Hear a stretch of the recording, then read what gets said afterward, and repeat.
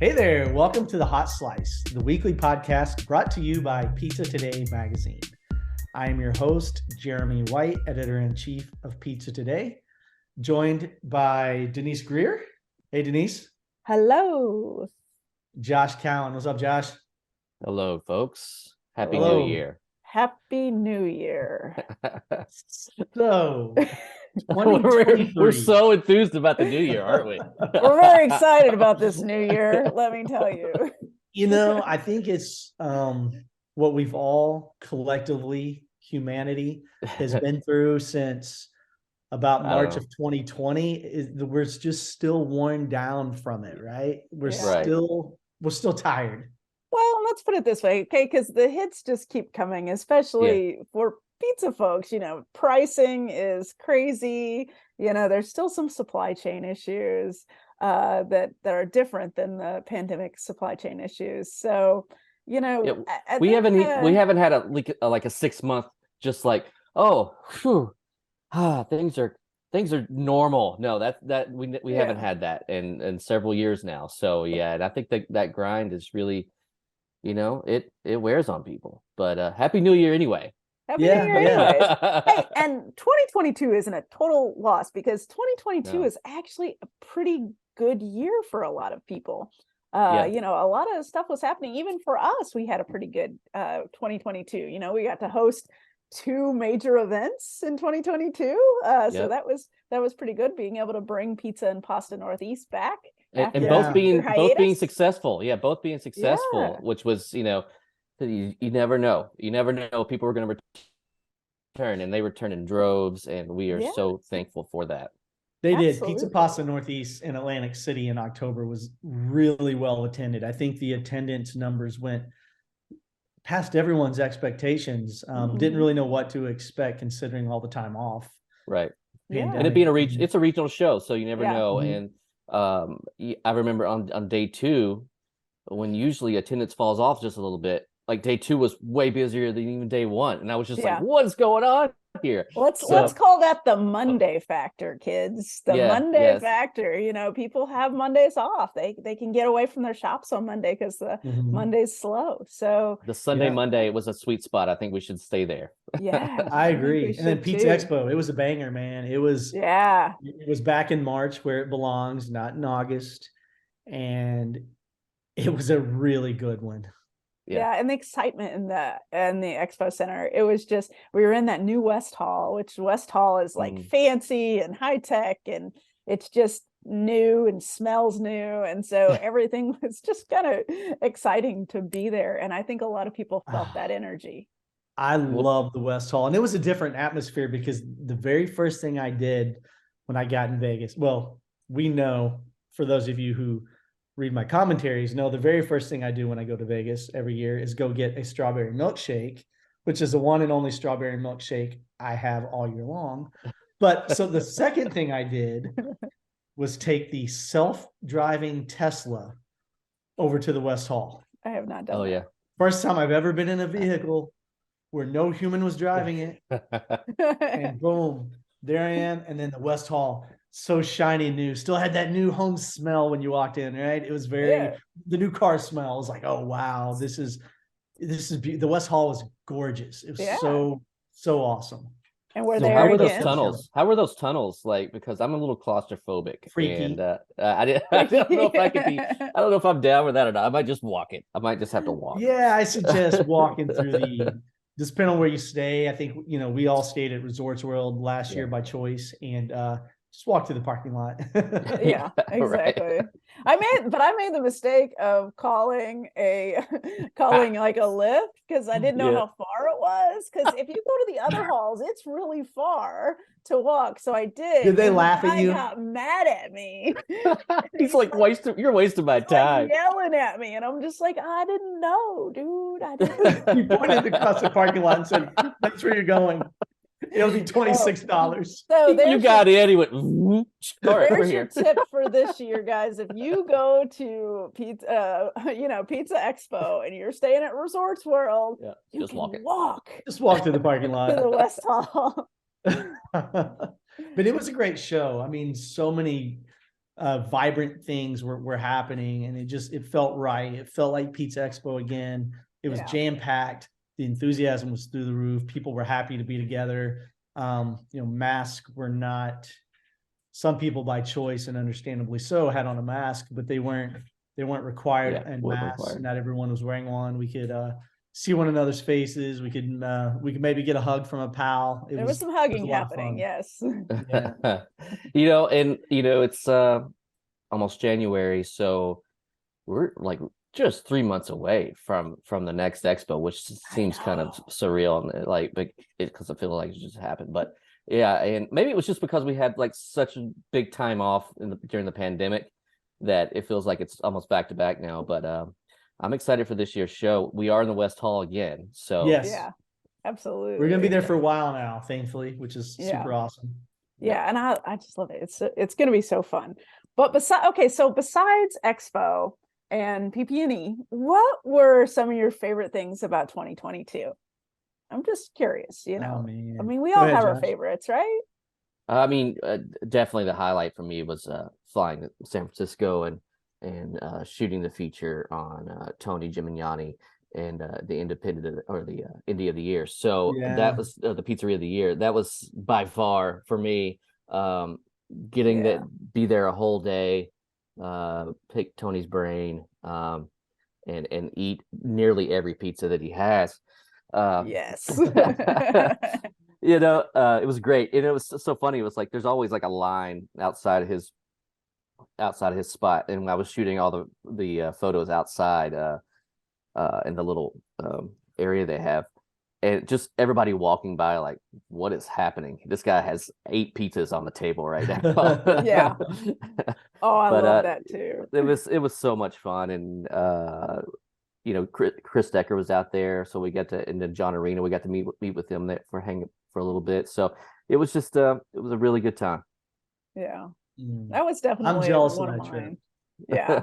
Yeah. I mean, I look at it as like, because Tony's place is such a sought after spot for people that are in the industry or interested in the industry. So I felt like it was kind of a pilgrimage that we needed to take, because both Josh and I had never been. And so when we actually got to go, it was just like this thing that's finally off of our chest. We could actually like say we went, there are a couple of other spots I need to put on my list to get to make that happen. There are places. I need to get back to New York. I need to, There are places. Look, if you're really, really wanting to submerge yourself and immerse yourself in this industry, right? You've got to get to Pizzeria Bianco in Phoenix. You've got to get to New Haven. Still haven't been there. There are select pizzerias in Brooklyn and Manhattan and that you need to get to. There are a couple spots in Chicago, right? There's certain spots around the country that you really have to hit. And Tony's Pizza Napolitana certainly is Mecca. It's the place you need to take the pilgrimage to for sure. And so I'm glad that you guys both got to go. As jealous as I was, Denise, I've been out there 3 or 4 times myself. It was only right for you to get to go. And what a great story you did, by the way. Josh, the design, fantastic. The photos were outstanding. Denise, the story was outstanding. And Tony's story in and of itself is amazing too. And the fact that he is now Tony's Pizza Napolitana averaged $1 million per month in sales. Yeah, that's insane. We still talk to pizzeria owners every day who, man, if I can just hit that $1 million sales mark, how amazing it will be. We still at Pizza Expo do a workshop on the $1 million pizzeria where we Dan Collier, Glenn Sobalski kind of lay out the game plan of what you need to do to get to that mark, because that's still a very important mark. Then here's Tony hitting $1 million per month. And that spot isn't that big either. No, it's not at all. Like a food hall or anything. No, it's not that big. So the amount of volume that comes through there and how they do that is just it's fascinating. Yeah. And when people say, well, why do I need to see it? It's not that large. And I've been to Tony's other places, like say like maybe Pizza Rock I've in been Las to Pizza Vegas, Rock. outstanding. Tony's got lots of outstanding spots. They're like, well, why do I need to see this pizzeria? Well, here's the deal. When it first opened, it only been open a few months, and I made my first trip out there, hang out for a day and see the place. What blew my mind and how it was so unique and groundbreaking and ahead of its time, there was not another pizzeria in the country that had so many different multiple styles of pizza ovens and so many different multiple styles of pizza. So you can go into Tony's Napolitana, you can get a Sicilian or grandma, a New York, a Detroit, a St. Louis style, a traditional American. You can get so many different styles of pizza. They all come out of a different oven. Neapolitan obviously comes out of a different oven than a Detroit. But not only are they serving so many different styles of pizza, they are truly proficient in every single style. They are truly next level. You think about that, how hard it may be. Let's say the three of us owned a pizzeria that specialized in tavern style pizza, and we did a really great job at tavern style pizza. The learning curve we would be on to produce a grandma at a really high level, right, is insane. And this restaurant does every single style so well. I just can't imagine the training that it had to go into that. Just to learn each oven, the dough process and formula. It's amazing what they've pulled off, and that's why people need to go see it. And it's definitely been a trendsetter because a lot of pizzerias are adopting the multiple style. It might not be as many styles as Tony has, but at least two styles now. Absolutely, 2 or 3 styles. So it's that's fantastic to see. And we've been to lots of pizzerias now doing 3 or 4 styles, right, Denise? I mean, that's what we learned in our survey was that people are doing multiple styles, and they've been doing them for a little while, and they're continually trying to add new styles. I mean, the number of styles people are wanting to add, it's inspiring.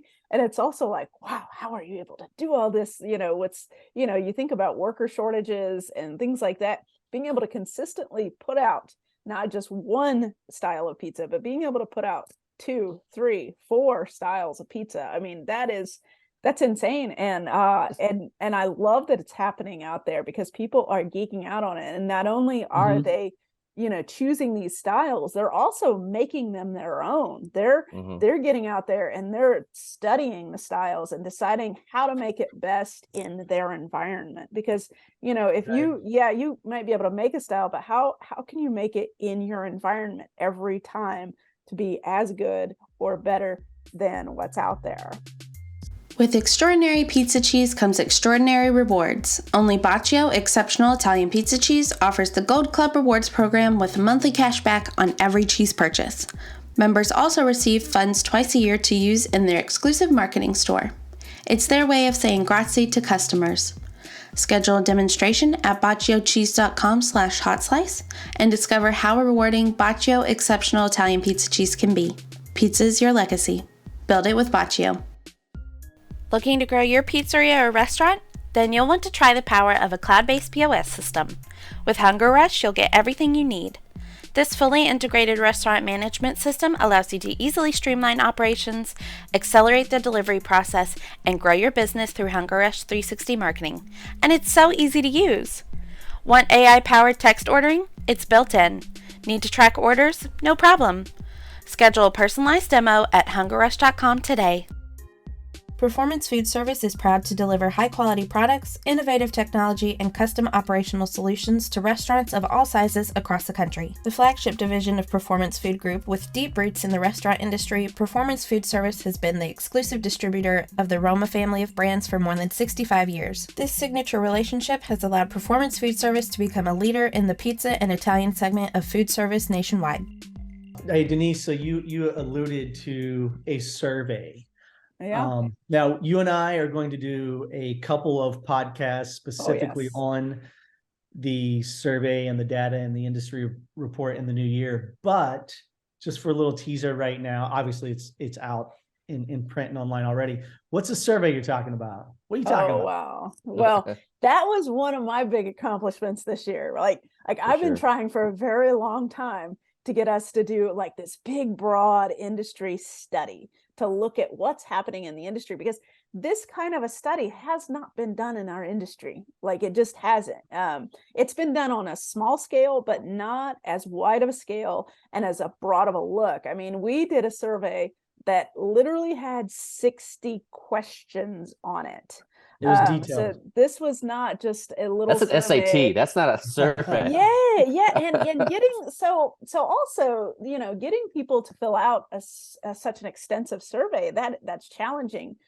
Because, you know, people don't have time, but people took the time. We had over 750 people actually like complete the entire survey. So that's a pretty big deal. That's a killer sample size. Because the sample sizes that you see on a broader scale, you know, they're using about the same amount to represent 1 million or 2 million people. And we all know where our industry stands. You know, we have 70,000 pizzerias right now, close to 80,000 pizzerias. So the fact that we can get that good of a sample size means that we have some really good data and really good information on the pizzeria industry. So it's exciting that we were able to crunch that. Jeremy and I took a lot of time to actually look at the data, see what's see the similarities. You know, we were just talking about the $1 million operation. Guess what? That is not such an overreaching goal. That we have a lot of people doing it. I think we had 30% making it to the $1 million mark. And we had several doing 2 million out of one. That the average pizzeria is now, it used to be 580 to 600,000. That pizzeria is now about 750 to 775,000. So that number just keeps going up, and people's, those goals keep climbing. So it's exciting to see what's happening in the industry. And I'm excited to continue next year and see how those numbers compare, and to get more people involved in the survey. My goal is to get at least 1,000, of operators filling out these surveys every year. And I think once I was really proud of the 750. I think once operators see what you're using this for and how it's going to benefit them, you're going to definitely get more people to do the survey going forward. I think Denise, so you're right though, because when we pick a news outlet, it doesn't matter. Just pick one. And when they run, say, a presidential poll or something, they'll often at the bottom in small print, they'll show the number of people that they called or that they surveyed. And it's usually 500, 550, 580. And think about that. We're a nation of what? 380 million people. 300 Right, 300 million people, and we'll get 500 to 600 responses. And then, someone, much more intelligent than us when it comes to analytics, they crunch all the numbers and do all the math, and they'll be like, hey, this has a plus or minus of 2%, the accuracies plus or minus 2%. That's with 500 responses out of 300 million people. And that's how accurately they can poll. So we got 754 responses out of a much smaller sample size than 300 million. So the data is so good. And I'm still swimming in it, by the way.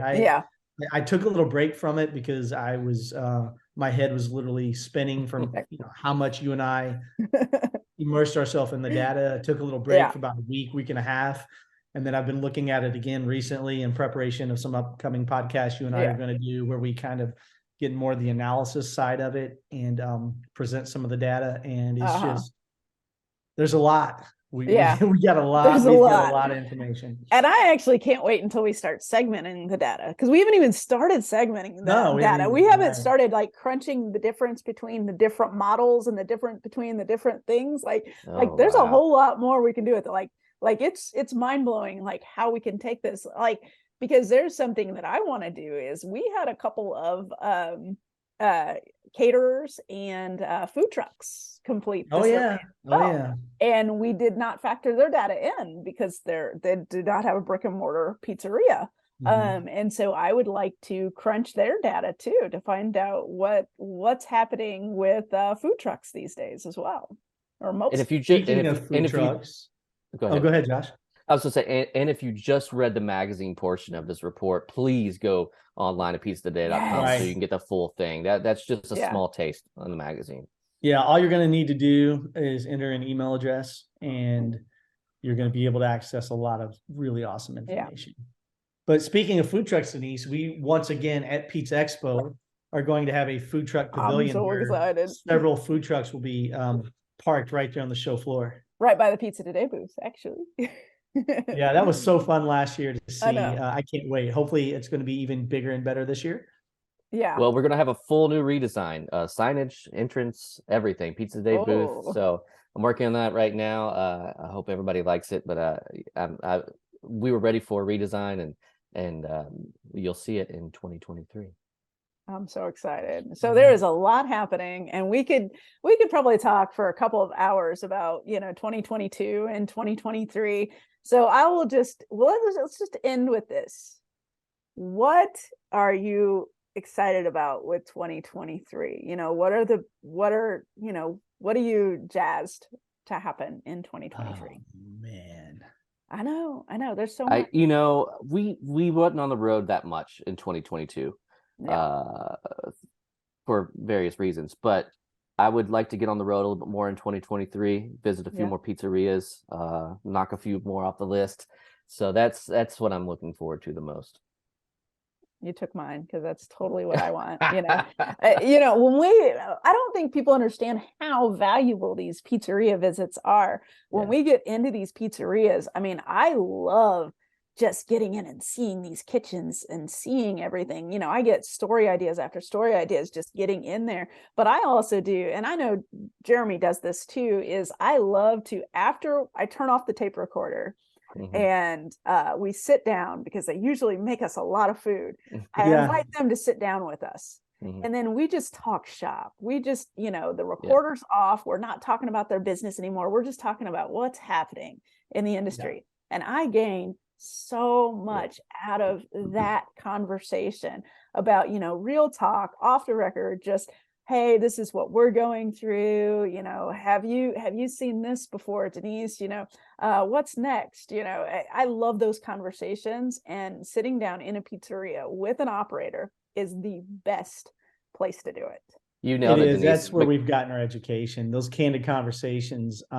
We learn so much that way. We really do. Once the cameras are down, the recorders are down, they kind of, get a little more comfortable. The staff gets a little more comfortable, because, when people are taking pictures of your food or recording you, you have every right to be kind of uptight. So when those are all put down, we're around the pizza and eating pizza, that's my favorite moments as well, Denise. Yeah, no doubt about it. I think what I'm most looking forward to at the moment, it's going to happen at the end of January, is Mike Bausch at Andolini's Pizzeria in Tulsa, Oklahoma. And several members of the World Pizza Champions are going to attempt to set a new Guinness World Record for the world's largest pizza party. I think that's going to be really cool to watch that unfold. They are working with the University of Tulsa to make something happen there on campus. The turnout should be huge. I don't know what number they have to hit. I was going to say, I wonder what the record is. The world record. We're going to get all those details from Mike pretty soon. Hey, if put it in the really comments of the podcast. I'm really excited to watch that go down. We know so many of these people really well. We've been in their pizzerias. We hang out with them at Pizza Expo. This is a really big deal to them. They're working really hard on it. So to watch that come to fruition and watch them hopefully earn the recognition that they're seeking as a Guinness World Record holder, that's going to be a lot of fun. I mean, we need to be there, though. We really need to be there. Yeah, absolutely. Yes, I like that. Well, you guys have a wonderful new year. And it's also one of the biggest pizza days coming up, but with New Year's Eve and New Year's Day, both are on the list. So I hope everyone out there just knocks those sales out of the park for those days and even further. But just get ready and enjoy 2023 because we're going into it.